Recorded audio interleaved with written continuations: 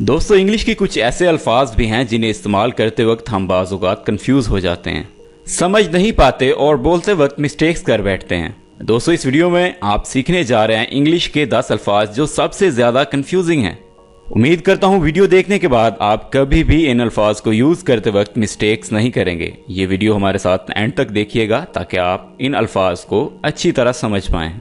हमारे साथ YouTube पर मुफ्त इंग्लिश सीखने के लिए हमारे चैनल वोकैबुलरी को सब्सक्राइब कर लीजिए और साथ में लगे बेल आइकन को प्रेस कर दीजिए ताकि आपको हमारी वीडियोस बर वक्त मिल सकें।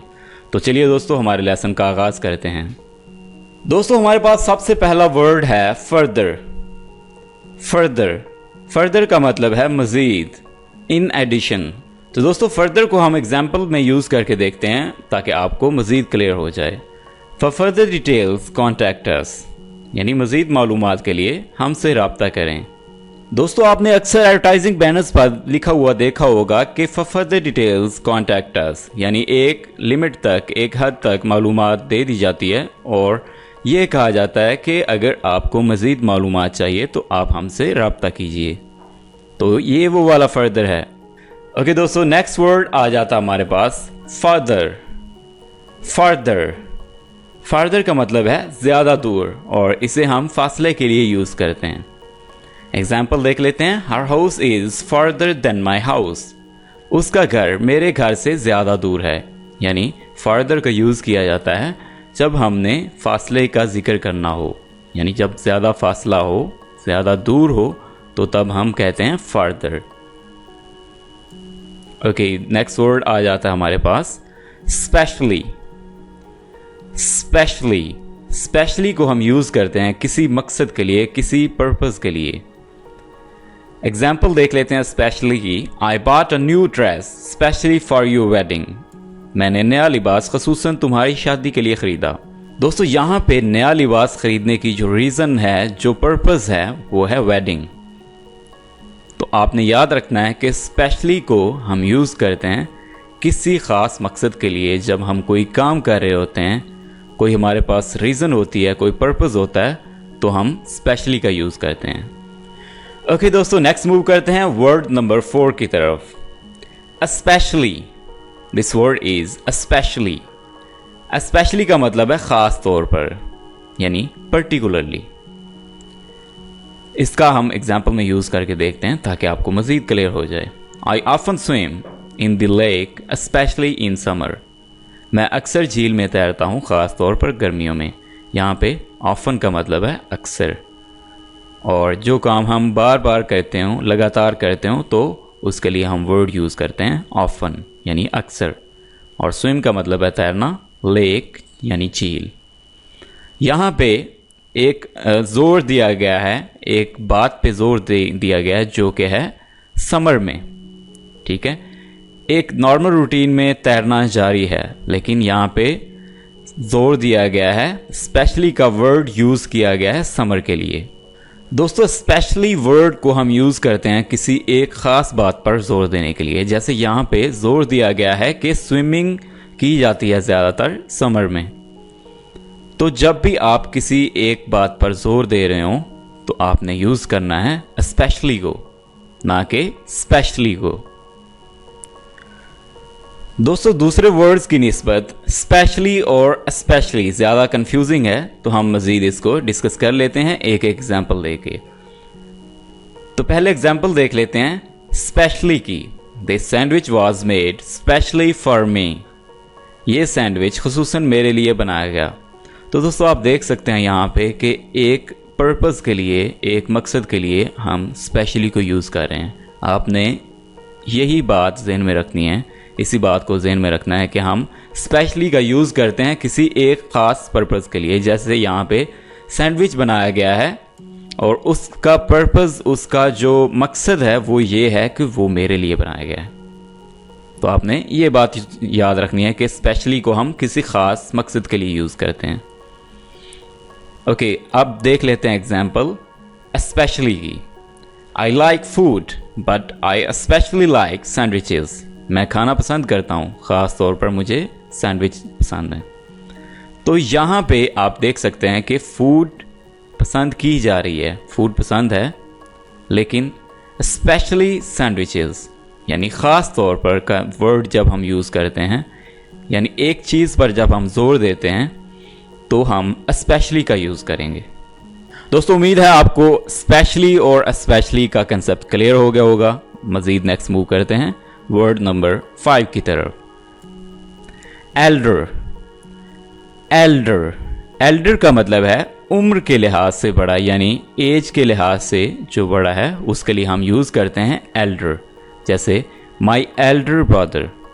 तो अक्सर लोग यहाँ पे वर्ड यूज़ कर रहे होते हैं बिग, जो कि बिल्कुल गलत है। आपने बिग का वर्ड यूज़ नहीं करना है। बिग की जगह पे आपने एल्डर वर्ड यूज़ करना है। एल्डर यानी उम्र के लिहाज से, एज के लिहाज से बड़ा। और छोटे के लिए हम यूज़ करते हैं यंगर। यंगर यानी छोटा। और बिग का वर्ड हम यूज़ करते हैं जब हमने साइज़ के लिहाज से बड़ा बताना हो, और साइज़ के लिहाज से छोटे के लिए हम यूज़ करते हैं स्मॉल। दोस्तों एल्डर को हम एग्जाम्पल में देख लेते हैं ताकि आपको मज़ीद क्लियर हो जाए। My elder daughter is 16 years old। मेरी बड़ी बेटी 16 साल की है। ओके दोस्तों नेक्स्ट मूव करते हैं। ओल्डर। ओल्डर ओल्डर का मतलब है ज़्यादा उम्र वाला, पुराना। आपको ओल्ड वर्ड से आइडिया हो चुका होगा कि हम ओल्डर को कहाँ पे यूज़ करते हैं, यानी ज़्यादा उम्र के लिए और पुराने के लिए हम वो वर्ड यूज़ करते हैं older. This building is older than that one. ये इमारत उससे ज़्यादा पुरानी है। तो ओल्डर का क्या मतलब हुआ? ज़्यादा उम्र वाला, ज़्यादा एज वाला और पुराना।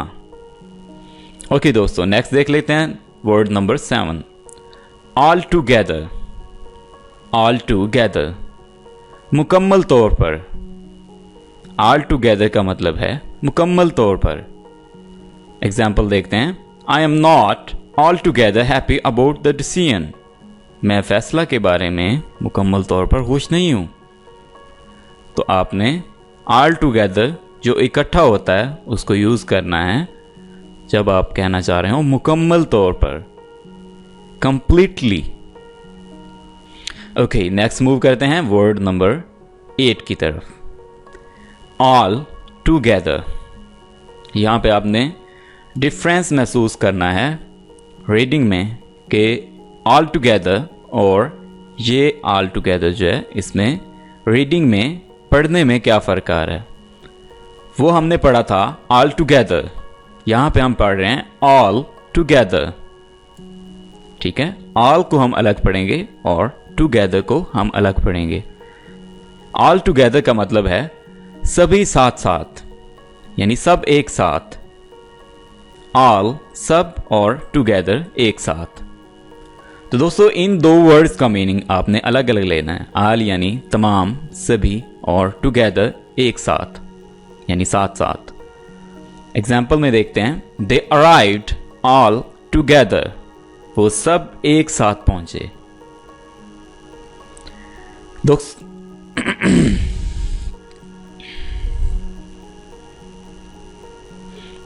ओके नेक्स्ट मूव करते हैं वर्ड नंबर 9 की तरफ। बिसाइड।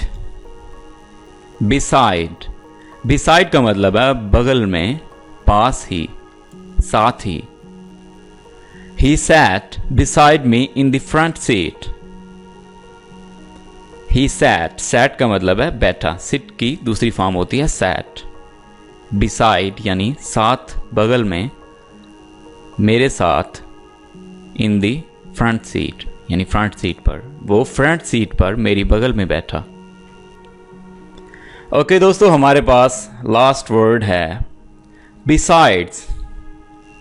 besides इस वर्ड में जस्ट एस का एडिशन हुआ है, लेकिन इसका मीनिंग मुकम्मल तौर पर चेंज हो चुका है। बिसाइड्स का मीनिंग है अलावा, मज़ीद। एग्जाम्पल में देखते हैं। I have no other family besides my parents. मेरे वालदैन के अलावा मेरी कोई फैमिली नहीं है। तो हम बिसाइड को यूज़ करते हैं अलावा या मज़ीद के मायने के लिए। दोस्तों उम्मीद है इस वीडियो में हमने जितने भी वर्ड्स कवर किए हैं आपको उनकी अच्छी तरह समझ आ गई होगी और उम्मीद है आप इन वर्ड्स को यूज करते हुए कभी भी आइंदा मिस्टेक्स नहीं करेंगे। अगर आपको ये वीडियो अच्छी लगी इस वीडियो को लाइक कीजिए, दोस्तों के साथ शेयर कीजिए और अगर आप किसी टॉपिक पे लेसन बनवाना चाहते हैं तो आप कमेंट्स में हमें बता सकते हैं। दोस्तों इसी तरह से लगातार इंग्लिश सीखने के लिए हमारे चैनल वोकैबुलरी को सब्सक्राइब कर लीजिए ताकि आपको हमारी वीडियोज़ बर वक्त मिल सकें। Thank you for watching this video.